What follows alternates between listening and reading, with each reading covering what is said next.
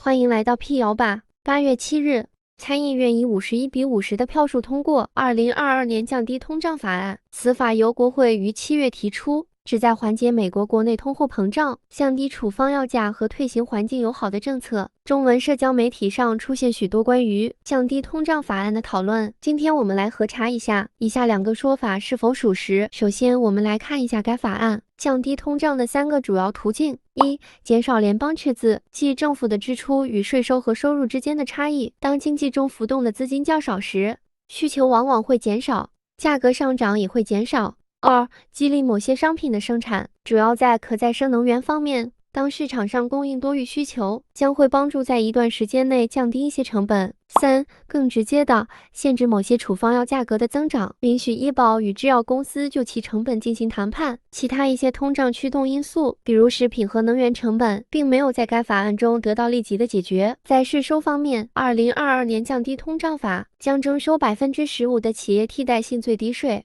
目标是以能将其税收负担缩减到远低于21%税率的富有企业。根据国会预算办公室估计，花费800亿美元来提高国税局的税收执法和合规能力，将产生1240亿美元的收入。传言1，降低通胀法案将全面加税。这个所谓的无党派税收联合委员会，指的是国会联合税收委员会。他们的研究认为，2023年几乎所有收入类目的平均税率都会增加。总体而言，在2023年，所有美国人的联邦税收负担将增加1.4%。对于那些收入在3万至10万美元之间的人来说，增幅将低于1%；对于那些收入更少或更多的人来说，增幅将超过1%。这个话传着传着就变成了降低通胀法案将全面加税，既不谈是哪一年，不谈是谁会增加，也不谈增加多少，直接甩出一个非常简单粗暴的结论：全面加税。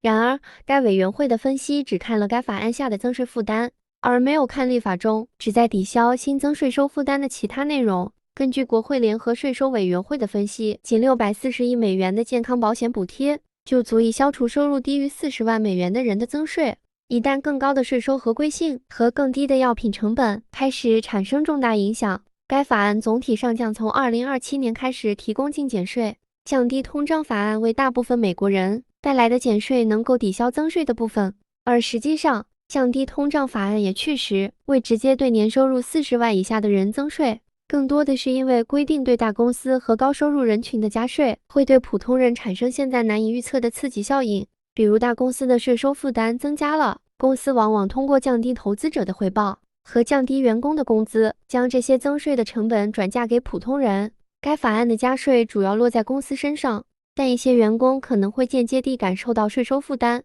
因此，将该法案定性为全面加税的说法，仅准确地描述了一小部分，但掩盖了部分事实和重要的细节。传言2，国税局将增加87000名探员，以后被查税几率大增，合法避税恐变成偷税漏税。事实上，这个87000人的数字出自2021年5月财政部对如何使用800亿美元来改善国税局运作的评估报告。报告说，国税局将增加86852个新的全职职位。请注意，这个计划还不是板上钉钉的。财政部说，在未来几个月内，他将决定如何分配这些新的资金。首先，这8万多个新职员并不都是审计员或在执法部门，这很好理解。在财务部的报告发布之前，在有降低通胀法案之前，国税局每年新增的职员也并不都是审计员，这一点跟有无新法案是毫无关系的。报告中也指出了，雇佣新职员的钱还将用于包括信息技术、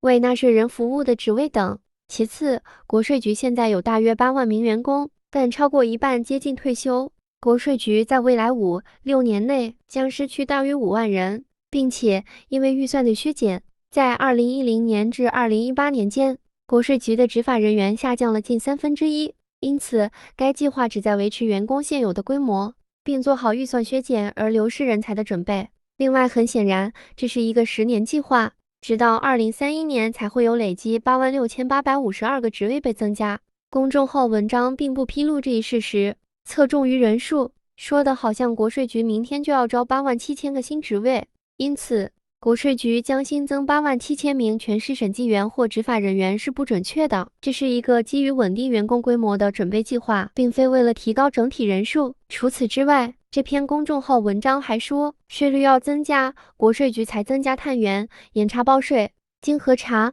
财政部部长珍妮特·耶伦在8月10日给国税局局长查尔斯·雷迪格的一封信中清晰地阐明了，我指示任何额外的资源，包括任何新聘用的人员或审计人员，不得用于增加低于40万美元门槛的小企业或家庭的审计份额。与历史水平相比，事实上，国税局局长雷迪格早在8月4日给国会的信中表达过一样的意思。上面写着，正如我们一直在计划的那样，我们对这些执法资源的投资是围绕财政部的指令设计的。与最近几年的数据相比，收入低于40万美元的家庭的审计率将不会上升。在2011年，年收入低于7万5千美元的申报者的审计率为1%，而近几年稳定在约0.4%。在每年6000亿美元的欠款中，最高的1%的收入占了大约30%。前国税局专员约翰·科斯基宁指出，在我仍在国税局工作的时候，因为我们没有足够的人手而无法完成的审计工作，